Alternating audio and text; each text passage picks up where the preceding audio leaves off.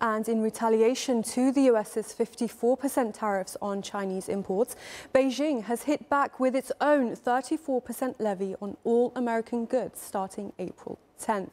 Let's unpack all of this now with Mario Arturo Ruiz Estrada, Professor of International Economics at the University of Kuala Lumpur. And in Taipei, we have Ross Feingold, former Asia Chairman at Republicans Abroad. Welcome to you both. Now, let's start with the immediate reaction of financial markets. Mario, stocks have tanked across the board. How will markets navigate the fallout from Trump's trade war? We need to remember that the tariff is interconnected with also the financial markets. You need to know that investments from different companies, American companies and overseas, is very high. But now the American governments want to bring the investments and the FDI, they invest in different parts of the world, return to the United States. Assuming that with this return of capitals, it's going to generate a new boom in the American economy, that I fully disagree. First one, we need to see the productivity of the United States compared with China. I have read many times, it's very low compared with this. Second one, the United States depends from, be honest with you, with illegal workers. No profit, it's very expensive, the labor in the United States. And who are doing the jobs is the Latinos who arrive to the United States and work hard in agriculture sector, manufacturing sector. And I don't know what is the idea to put tariff now, what is at the critical time that we're going to have economic recession, but we are in economic recession. We can see very clearly in the stock markets.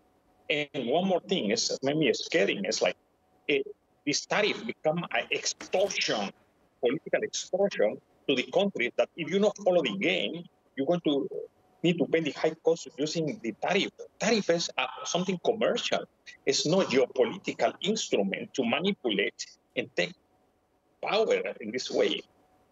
I disagree completely that we need to know that tariff become like a gun that can put repression on the countries. If you don't follow all the things, then you're in big trouble with the tariff. And this is I cannot find any logic, like economist I am. Right. Now, Ross, China has followed up with its own set of tariffs. Was this expected, and what impact could this have? It's no surprise that China has imposed reciprocal tariffs. They did this in 2018 when then President Trump began to initiate higher tariffs on goods from China. So the United States and China, in the bilateral trade relationship, they're used to this kind of tit for tat, I raise your tariff, you raise my tariffs kind of situation. Really, the interesting to look at with regard to the U.S.-China trade relationship, because it's so large and it's so important to the economies of both countries, is are both sides willing to negotiate? And if so, when will that negotiation begin and when might it conclude? Right. And ultimately, who will be the winners and losers of this trade war? Well, typically people say there's no winner in a trade war. If the United States and China could reach some kind of accommodation, then there could be winners on both sides. From the United States, one of the key sectors that wants to export to China is the agricultural sector. But if China's implementing higher tariffs on American agricultural goods, then the U.S. producers will lose that opportunity, and the buyers or the importers in China will begin to buy or import agricultural products from other locations around the world, such as Brazil and other options that China might be able to develop. So certainly there's one key sector off the top of everyone's head is the agricultural sector in the United States, which could be a victim to a prolonged trade war. Right, and other trade partners will likely hit back on the U.S. What will President Trump do in that case? Well, there's two options. One would be to enter into negotiations with those countries and hopefully reach a deal that's advantageous for the United States as well as for the importing countries.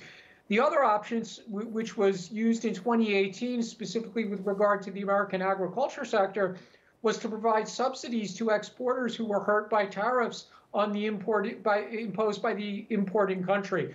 It's a little bit early to guess whether or not the United States government would offer large subsidies to American exporters. It's probably easier to guess that a lot of these countries will, in fact, try to negotiate a new deal with President Trump and the American government, which will facilitate lower tariffs and a resumption of normal trade ties.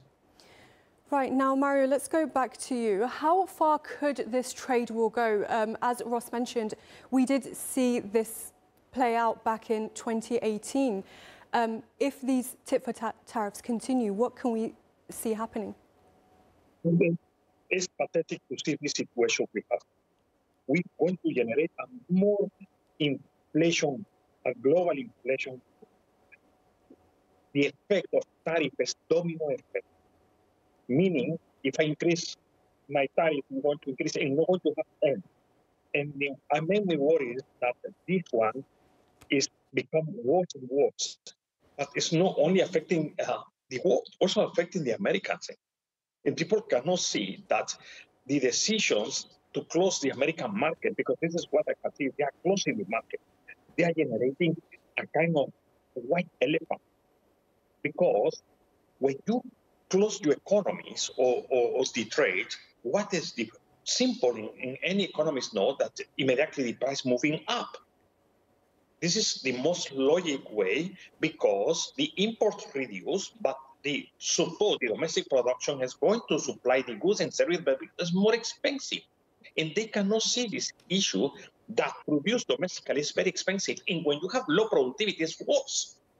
In the end, it's look more like a show, political show, more than international trade issue to solve the reality of the problems in the United States. United States, sorry to interrupt you, what I can see is like they want to ensemble one engine, taking parts from different cars and show off that they have one engine, but the engine is not working. And this is what they cannot understand, what they are doing. Right, and if this does escalate further, what would be the damage to the global economy, not just the US? The IMF has already warned that tariffs would have a significant risk. Mario. My point of view, always I said is we want to have a global inflation, and at the same time, unemployment is coming very soon for all developing and less developed countries. And one more thing I want to mention in this discussion is that don't have idea the damage we're going to have and the possibility to have economic depression. In economic depression, exactly like the 1920s, 29 and 28, 29 and 1930s, United States become an economic depression and the world economy become economic depression. And this is a very critical. You cannot see the effects now of the tariff. This one, 6 months later, we're going to see the real impact of the tariff. Now we don't feel the pinch of the tariff, but very soon, after 3 or 6 months, we're going to see the high impact in inflation and unemployment. This is my point of view. Right, and Ross, do you agree with Mario on that? Certainly, there's a lot of risk to the global economy. Even the American government and President Trump realize that. President Trump is an optimist, though. He thinks that imposing these higher tariffs will cause manufacturers to return to the United States, build new factories, and employ American workers. Only time will tell whether or not President Trump is correct in that prediction. And with leaders across the globe calling these tariffs chaotic and unlawful, what message is the US really sending to its trading partners? I think the message the U.S. is sending is President Trump's message, which is the United States is going to play tough. It's no surprise that other countries are complaining or they're upset about the higher tariffs. But the reality is, and frankly, to be fair to President Trump, a lot of countries have tariff and non-tariff barriers to U.S. goods, and they've had so for quite an extended period of time. Perhaps President Trump's decision to impose higher tariffs is not the best way to address tariffs or non-tariff barriers in other countries. But the fact remains that other countries do impose significant tariff and non-tariff barriers on made in the United States goods, and President Trump has decided that he's going to use the tariff route to address that. Now, you both are based in Asia, where the US accounts for around 15% of exports. How would these higher than expected tariffs hinder their trade-oriented economies? Let's start with Mario, and then we'll go over to you, Ross. Look, it's very simple. And people cannot see the situation, the real situation of this international trade war. I call international trade closedness. we come from globalization to desglobalization. No more regional agreements, free trade, and everything. This one. The problem is they're trying to solve the American problem, close the economy, and thinking that can revive the economy again. But we need to remember that the world is different from many centuries ago. United States, what I explained to you is they have many more important problems to solve, socially, especially, that economically. I'm sorry to tell you. And this one, this tariff is using like repression. If you don't follow me, you're going to have this, you need to pay this price. And the funny thing is, who's going to pay the final price is going to the final consumer. It's not the firms. It's we going to pay the high cost of the tariff. It's become more expensive to us, and we cannot get these goods and services at the same price like before. It's going to be very expensive. If reduce the if we have inflation, the consumption is going to reduce and going to have reduction in the growth GDP of our countries. And then this reduction of the GDP is going to generate a very negative effect on economic growth. And going to have, in the long run, we're going to have economic depression, is what I explained. I think this situation of the tariff has become more one political show than really that a mechanism to solve the real problems of the American economy. And Ross, Thanks. What's your take on that? It's a very interesting question, if for no other reason that the United States does have free trade agreements with several countries in the Asia-Pacific region, South Korea, Singapore, and Australia. So those countries might be in a better position to negotiate with the United States. Other countries, such as Taiwan, they have an advantage because they export, or they manufacture and export 90% of the most advanced semiconductor chips. So they have some card that they could deal with the Trump administration. Other countries, they could say we're the alternative to China, places like Vietnam or Bangladesh, where a lot of manufacturing has moved outside of China to those countries. So each country in the Asia-Pacific region has its own cards to play, and we'll find out in the coming weeks and months whether they try to play those cards and extract a deal with the Trump administration.